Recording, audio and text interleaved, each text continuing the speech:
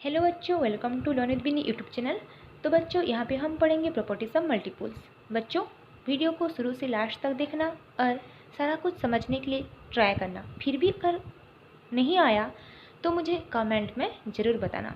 तो बच्चों, चलो स्टार्ट करते हैं वीडियो। तो आज का वीडियो रहा है प्रॉपर्टीज ऑफ मल्टीपल्स बारे में। अभी मैं बोलती हूँ, देखो प्रॉपर्टीज ऑफ मल्टीपल्स। क्या properties of multiples? Whenever we multiply number by 1 2 3 4 और आगे etcetera we get a multiple of that number. जो मैं अभी तुम्हें समझाई हूँ। क्या जब भी हम कोई नंबर को 1 के साथ, 2 के साथ, 3 के साथ, 4 के साथ, ऐसे आगे मल्टीप्लाई, हाँ जितना भी हो सकता है, जब मल्टीप्लाई करते हैं जो आंसर निकलेगा वो आंसर को हम बोलते हैं तुम्हारा प्रोडक्ट और मल्टीपल भी बोलते हैं। हो गया। देखो, there is no limit to the number of multiples of a number. एक तो चीज याद करो, यहाँ पे लिमिट नहीं होता। मतलब तुम 100, मैं वो 6 तक, जो 6 टेबल बता रही थी, हाँ 6 5 तक की मैं, तुम 6 इंटू 100, 600 तक भी तुम कर सकते हो। इसका लिमिट नहीं है, कुछ भी कर सकते हो, लिमिट नहीं है। समझे? जैसे कि फैक्टर में लिमिट था, याद कर रहे हो, पिछले वीडियो में सुन लेना, प्रॉपर्टीज ऑफ फैक्टर्स में वहाँ पे लिमिट था। 6 का भी जो निकाले फैक्टर्स, 6 कितना टेबल तक आया? 6 कितना टेबल तक आया? 6 तक, खुद का टेबल तक आया हो, उससे आगे और नहीं हुआ। उससे आगे कर देंगे तो बड़ा नंबर आ जाएगा 6। ओ और आ सकता है क्या? नहीं आ सकता, ओ और नहीं आ सकता। समझे? तो इसमें समझो, फैक्टर्स का लिमिट होता है लेकिन मल्टीपल का लिमिट नहीं होता है। वो जितना भी मल्टीप्लाई होके जाएगा। Okay, complete. First property complete ना। देखो अभी second property, 0 is a multiple of each number. Okay, 0 is a multiple of each number. Factor में क्या था? 0 किसी का फैक्टर नहीं हो सकता, लेकिन यहाँ पे क्या हो रहा है? 0 is a multiple of each number. मतलब ईच, ईच का मतलब सारा, हर कोई नंबर का मल्टीपल 0 हो सकता है। समझे? समझे कि नहीं? 0 सबका, सारे नंबर का समझे? 0 सबका मल्टीपल हो सकता है लेकिन किसी का फैक्टर नहीं हो सकता। इसको याद करो, 1 मार्क में आएगा। ओके, देखो 0 into 1 equal to, example 0 into 1 equal to 0, 0 into 10 equal to 0, 0 into 6500 equal to 0। जितना बड़ा नंबर को तुम 0 के साथ मल्टीप्लाई करोगे तो आखिर में तुम्हारा आंसर आएगा 0। हो गया। तो पहले प्रॉपर्टी पढ़े क्या? इसका लिमिट, मल्टीपल का लिमिट नहीं होता लेकिन फैक्टर का लिमिट होता है। सेकंड में क्या पढ़े? 0 फैक्टर किसका नहीं हो सकता लेकिन सबका मल्टीपल हो सकता है। हो गया। अगर तुमको डिफरेंस गिरा दिए, 0 मल्टीपल एंड फैक्टर, तो लिख सकते हो। हाँ, देखो 3, अगर 3 प्रॉपर्टी पढ़ेंगे, 1 is a multiple of each number. Factor भी देखो था ये, लेकिन समान है दोनों में। फैक्टर और मल्टीपल में सेम क्या है? देखो 1 is the factor of every number था। अगर 5 टेबल देखेंगे 1 5 और 5, 12 टेबल देखेंगे 1 12 और 12, मतलब 1 सबका फैक्टर है। उसी तरह सबका मल्टीपल भी है। समझे? समझे? यूनिक फैक्टर, इसलिए 1 को यूनिक मल्टीपल, 1 ऐसे एक नंबर है, मतलब यूनिक नंबर है। समझे कि नहीं? ये सबका फैक्टर भी हो सकता है, सबका मल्टीपल भी हो सकता है। हो गया। अभी हम आगे पढ़ेंगे 4 नंबर। देखो, the first multiple of every number is the number itself. हो गया। पहला मल्टीपल क्या होता है? वो नंबर खुद होता है। समझे? अभी हम बोलेंगे 5 टेबल, 1 5 और 5 जो है, 5 1 और 5 वही है, मतलब खुद पहले आएगा। समझे? खुद, इसलिए तो हम लिखते हैं जब 12 टेबल, 12 1 इज 12, 12 2 और 24, 12 3 और 36। 6 टेबल पढ़ेंगे, 6 1 और 6, 6 1 इज 6, 6 2 और 12, 6 3 या 18, है कि नहीं? तो जो भी मल्टीपल देखेंगे वो खुद वो नंबर पहले आएगा, है कि नहीं? बोलो। तो समझे? इतना क्लियर? देखो 5 प्रॉपर्टी में जाएंगे, multiple of a number are either greater than और इक्वल टू नंबर। एक चीज याद करो, फैक्टर में ग्रेटर देन नहीं हो रहा था। फैक्टर, अगर मैं 5 का फैक्टर निकालो बोलूँगी तो, सॉरी बड़ा वाला फैक्टर थोड़ा लेते हैं। 10 का फैक्टर बोलूँगी तो 1 10 is 10, 2 5 are 10 और नहीं आएगा 5 2 are 10, 10 1 is 10। कितना आ रहा है? उससे ग्रेटर हो पाएगा क्या? नहीं, फैक्टर में ग्रेटर नहीं हो सकता, लेकिन मल्टीपुल में ग्रेटर भी हो सकता है और उसी के साथ समान भी हो सकता है। समझे? जैसे कि मैं बोलूँगी अभी 25 लूँगी, 25 लूँगी, बड़ा वाला नंबर हो गया, थोड़ा छोटा वाला लेते हैं तुम्हारे टाइप का। अगर मैं 9 लूँगी, अगर 9 लूँगी तो क्या होगा? 9 1 is 9। पहले तो मल्टीपुल इक्वल हो रहा है कि नहीं? खुद के साथ इक्वल हो रहा है। 9 1 is 9, 9 2 are 18 बड़ा हो गया, 9 3 are 27 बड़ा हो गया, 9 4 are 36 अभी बड़ा होती जाएगा। इसलिए बोला है कि मल्टीपुल क्या होगा, पहले समान भी होगा, हो सकता है और उससे बड़ा भी हो सकता है, लेकिन फैक्टर बड़ा नहीं होगा सब, है कि नहीं?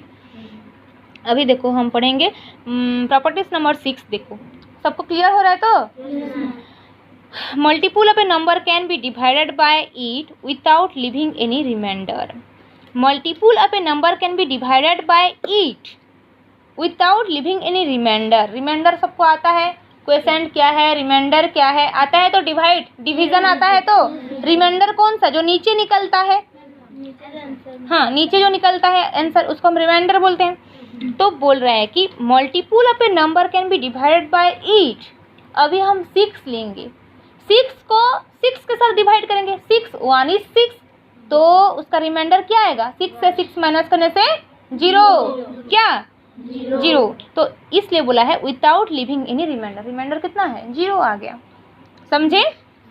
देखो बच्चों, और एक तो एग्जाम्पल लेते हैं। देखो 9 और 4 क्या है? फैक्टर है, और ये दोनों फैक्टर को 9 और 4 नंबर को जब हम मल्टीप्लाई करेंगे तो हमको मल्टीपुल मिलेगा 36, है ना?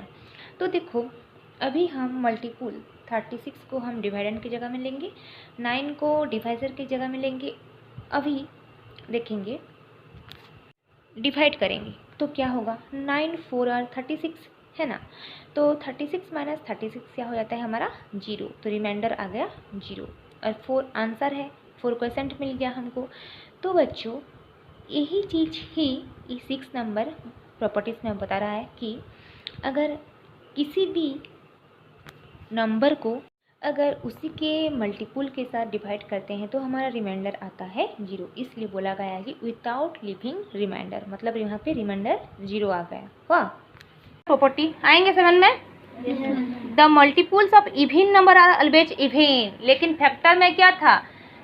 इवन नंबर का फैक्टर इवन भी हो सकता है और भी हो सकता है, लेकिन यहाँ पे क्या बोल रहा है? मल्टीपुल्स में इवन नंबर का मल्टीपुल हमेशा इवन ही होगा।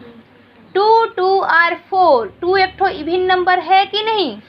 ओके, 2 2 और 4 है कि नहीं? तो 2 एक ठो इवन नंबर था, 2 एक ठो इवन नंबर था कि नहीं? उसका आंसर 4 भी इवन नंबर ही आया। समझे? अभी हम पढ़ेंगे 8 property, 8 number property. The multiples of odd numbers can be even, और उल्टा है पूरा। फैक्टर्स में क्या बोल रहा था? इवन नंबर का आंसर इवन हो सकता है, ऑड हो सकता है, और ऑड नंबर का खाली ऑड हो सकता है। लेकिन यहाँ पे उल्टा है। देखो यहाँ पे बोल रहा है कि इवन नंबर का खाली इवन होगा, लेकिन ऑड नंबर का इवन भी हो सकता है और ऑड भी हो सकता है। कैसे करके एक तो एग्जाम्पल लेते हैं। देखो मैं ले रही हूँ एक तो ऑड नंबर, बताओ 9 लेती हूँ। 9 2 आर देखते हैं। तो बच्चों 9 3 आर लेंगे तो 9 3 आर 27। देखो बच्चों 9 के साथ हम एक और नंबर लिए, वाह 3 के साथ जब मल्टीप्लाई किए तो 27 आया, मतलब 27 एक तो भी और नंबर है, हो गया। अभी हम एक इवन नंबर के साथ मल्टीप्लाई करेंगे। अभी 9 4 आर लेते हैं। 9 4 आर 36, कितना? 36 एक तो इवन नंबर है। यहाँ से हम क्या क्लियर हुए कि ऑड नंबर का आंसर, ऑड नंबर का मल्टीपुल और भी हो सकता है, इवन भी हो सकता है। समझ में आ गया? 9 नंबर देखो, there is no limit for the greatest multiple. There is no limit for the greatest multiple. Greatest multiple के लिए कोई लिमिट नहीं होता। ओके, मैं तो तुम्हें पहले से ही क्लियर की हूँ कि यहाँ पे लिमिट नहीं होता बोल के, है कि नहीं बोलो, समझे?